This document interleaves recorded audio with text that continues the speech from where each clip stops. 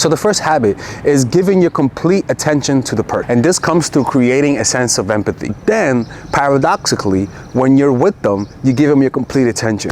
And when you're not with them, you are completely independent. And if he wants to possess you, he has to commit more. He has to ask for more, which usually means relationships, or which usually means more commitment. But the point is that you give him a sense of your own independence while giving him your complete unraptured attention when you're with him. This absence enhances your femininity. You cannot be completely feminine in person with the man, giving him your complete attention, and at the same time, when you're away living your own life, do the same. You're not taking care of yourself. It is actually toxic. What you want to be able to do is give the man your complete attention. And all you got to do is, as you're listening to the man breathe, pay attention to your breath as you're listening to him. Because when you're listening to the person, do it right now, right? As you're listening, feel your breath. When you're listening to the person and you're feeling your breath, being aware of the breath, what naturally happens is that inner voice of you saying, what am I going to say next? Or how am I kind of coming across? Shuts down. And all you're doing is being present. You're listening. This softens all of your nonverbal cues. This relaxes you. This relaxes your body language. This relaxes your face. Rather than listening like a psycho trying to listen, you listen in a relaxed way, like a mother looking at the child that she loves, even though the child might be ugly. This is an overall feminine energy. A free-floating energy that when a man talks to you and he finishes the conversation with you, he's not going to say how interesting he was. He's not going to say how smart he was. He's going to assume that you were the smartest person he talked to, that you were the most interesting person he talked to. Why? Because you validated him. So few people today are really paying attention to what people say. And when we find someone that completely listens to us, we fall in love. That's why people fall in love with their therapists. That's why people fall in love with their psychologists, because they're finally experiencing what it was to be listened to completely, to shed the adult exterior and regress to a child. By regressing to a childlike state, just like when you're a child, you start feeling new emotions. You start feeling uncontrollable emotions. You start acting emotional around the person. You start opening up. You feel completely comfortable around this person. And if you become that figure, ladies and gentlemen, the man is going to find you attractive. He's going to assume and think that you're the one. Why? Because the femininity is every man's weakness. The second one, flattery. You use flattery to lower a man's defenses. You use flattery to lower anybody's defenses. People love being flattered. It's not manipulative and it's not evil. You do that by making the man, like I said earlier, feel like they're smarter than they really are. If you're actually a smart woman, super successful, make them feel like they're more successful. Make them feel like they're smarter than you. Yes, you want to show off how smart you are. Yes, you want to show off how successful you are. Remember, I told you, this is not about you.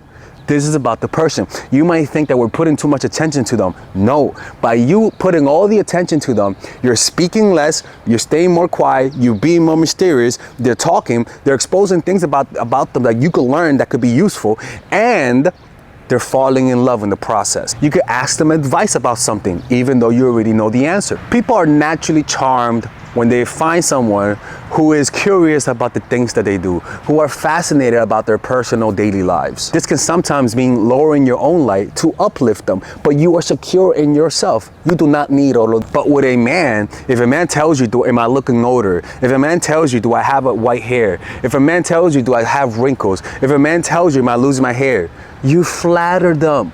They want to feel good. They want to escape reality. You make them feel like there's nothing wrong with them. Just like parents telling their kid, hey kid, you're not ugly, you're good looking. Everybody knows he's ugly, but the point is you're here to raise their self-esteem. And if you don't, you're going to pay the price, because they're going to go to someone who tells them what they want to hear. And this is a part that makes people so gullible, is that they just want to believe a fantasy. They want to believe a lie. People don't want to hear the truth. And so this type of energy gives them that satisfaction, gives them that temporary soothing that they're looking for, gives them that soothing that only a mother could give to a man. It's almost like if somebody that you know commits a crime and there's evidence and you say to them like, please tell me you didn't do it. Please tell me you didn't do it. And a part of you thinks they did it, but you just want to hear them say that they didn't do it. That's the need to believe. Like humans have a need to believe, and if you tell them the truth, they'll be mad at you. And if you tell them the lie that they want to hear, they'll like you. Why? Because it's just wanted relief. It's like if you see an artist and you don't like their art, you're not gonna say it's ugly. What the hell is your problem? You tell them that it is beautiful. Because at the end of the day, people just want to feel better. If you tell them the truth, it's gonna hurt them and they're gonna leave. Even though it was the truth, even though retrospectively they'll say, you know what, this person was right. Ladies and gentlemen, this is a very profound truth. What I am telling you right now. This is a very profound truth that people like me, people who are straightforward, people that are honest, a lot of the times get themselves in trouble. I remember one time there was this one girl, she told me, Alexis, did I gain weight? Ladies and gentlemen, she gained weight. Like how am I gonna lie to her? She gained weight. It had a circumference. And I was like, yeah. And I remember the look she gave me, and I'm like, oh fuck, my autism popped up again. Even that was a mistake telling her the truth, people, because she wasn't gonna. She just wanted to feel good, and that's the part that a lot of us have to understand about human nature. Like it's unbelievable. Next part, masculinity. And every truly feminine woman balances her femininity with masculinity. The restrictions that come with gender are internalized and thus limit the range of your personality and the things that you're able to do. And this also limits the range of how attractive you are, of how seductive you are, of how feminine you are. The same thing that makes you feminine is also the same thing reduces your femininity. So there are ways that you could do this. Simply doing different activities that are considered stereotypically masculine enhances your femininity, like contrasting colors. Contrasting colors will make each color look more vibrant. Put green next to red, and the red is going to look more vibrant next to the green. For example, with me, it was art. Art brought out my feminine side. Spirituality brought out my feminine side. These contrasting qualities to your phenotypical gender role will bring out different parts of your character that will make you more mysterious, that will make you more attractive, that will make you more masculine as a man and more feminine as a man, as a result, more irresistible to the opposite sex. Sometimes circumstances call for you to play opposite roles of a gender. If you're a masculine man and your wife died, you might then begin to play more of a feminine role and to take care of your kids, take care of the family. When a woman embraces her masculine, people will sense an energy of freedom emanating from her. She will be unrepressed and authentic. And this unrepressed and authentic energy will inspire other people to let go, will inspire other people to loosen their guard around you, will inspire other people to adapt a new behavior. And as a result, you become the key to their own personal freedom. And when they link you with that freedom, they become more attracted to you. Because deep down, everyone around us feels repressed. Everyone around us feels inauthentic. That's why when we watch kids be themselves, when we watch dogs be dogs, by them not caring what people think, by them being unrepressed, we like it. But what we're really looking at is we're looking at almost as though a chimpanzee looking at free animals. They are looking at their potential. They want to be them, but they feel repressed inside. And as a result, they're able to vicariously be free through observing other people's freedom, through observing other people's unrepressed nature. Become that source of freedom. Become that source of being unrepressed. And you will see how men all of a sudden loosens their guard. They become more masculine. You see more sides about them that you've never seen before. And as a result, they become more obsessed with you. If you are a soft person, return to your assertiveness. If you're an assertive person, return to your softness. When confronting people, train yourself to respond in different ways. If you normally attack, defend, and vice versa. This will make you more unpredictable in a healthy way and thus inspire respect.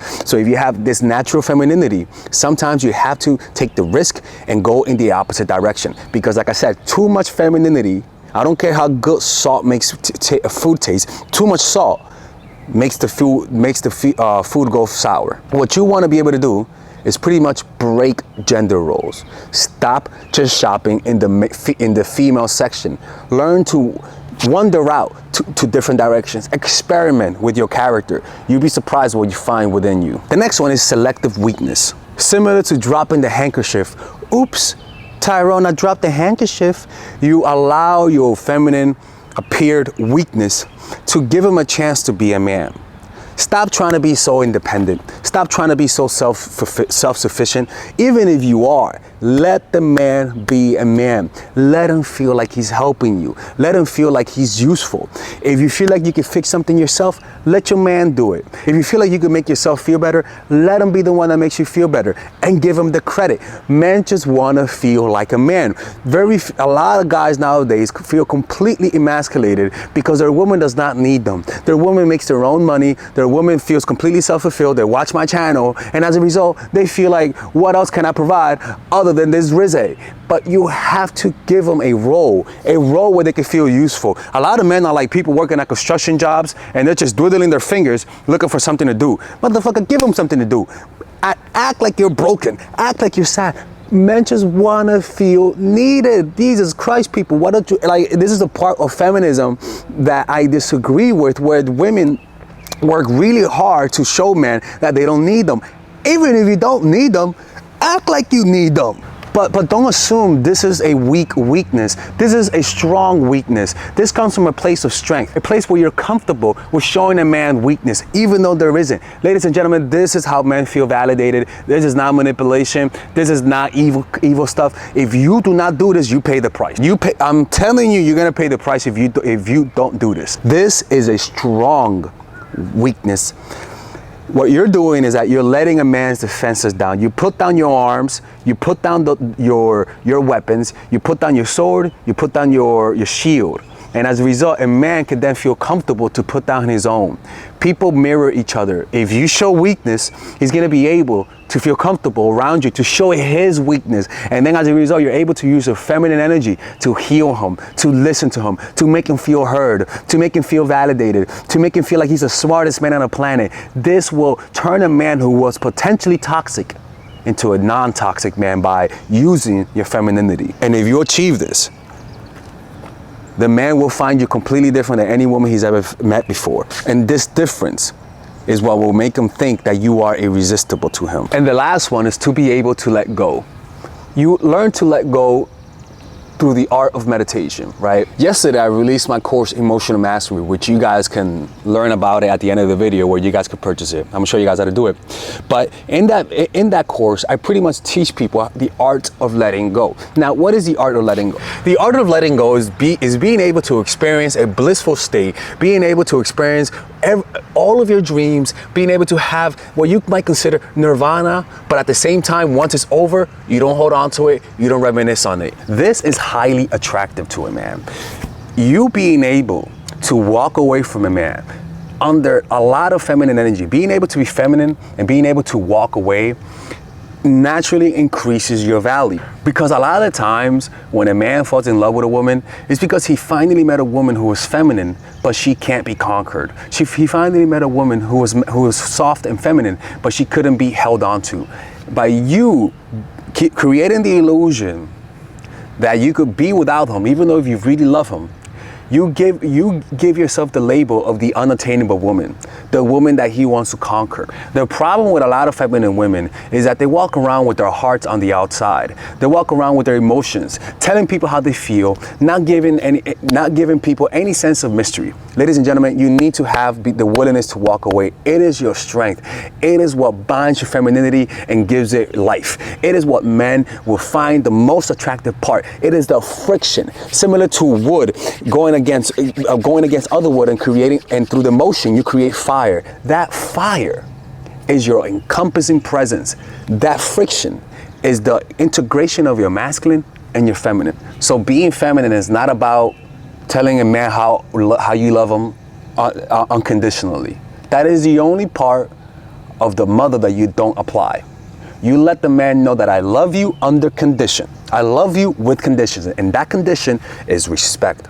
That condition is that you value my presence. And the way you express that is through your elusiveness. Ladies and gentlemen, there's nothing more frustrated than an elusive feminine woman. And there is nothing more attractive than an elusive feminine woman. Once the man possesses you, he feels like he has won the world. If you feel like I have earned your subscription, please hit the like button and subscribe to the channel.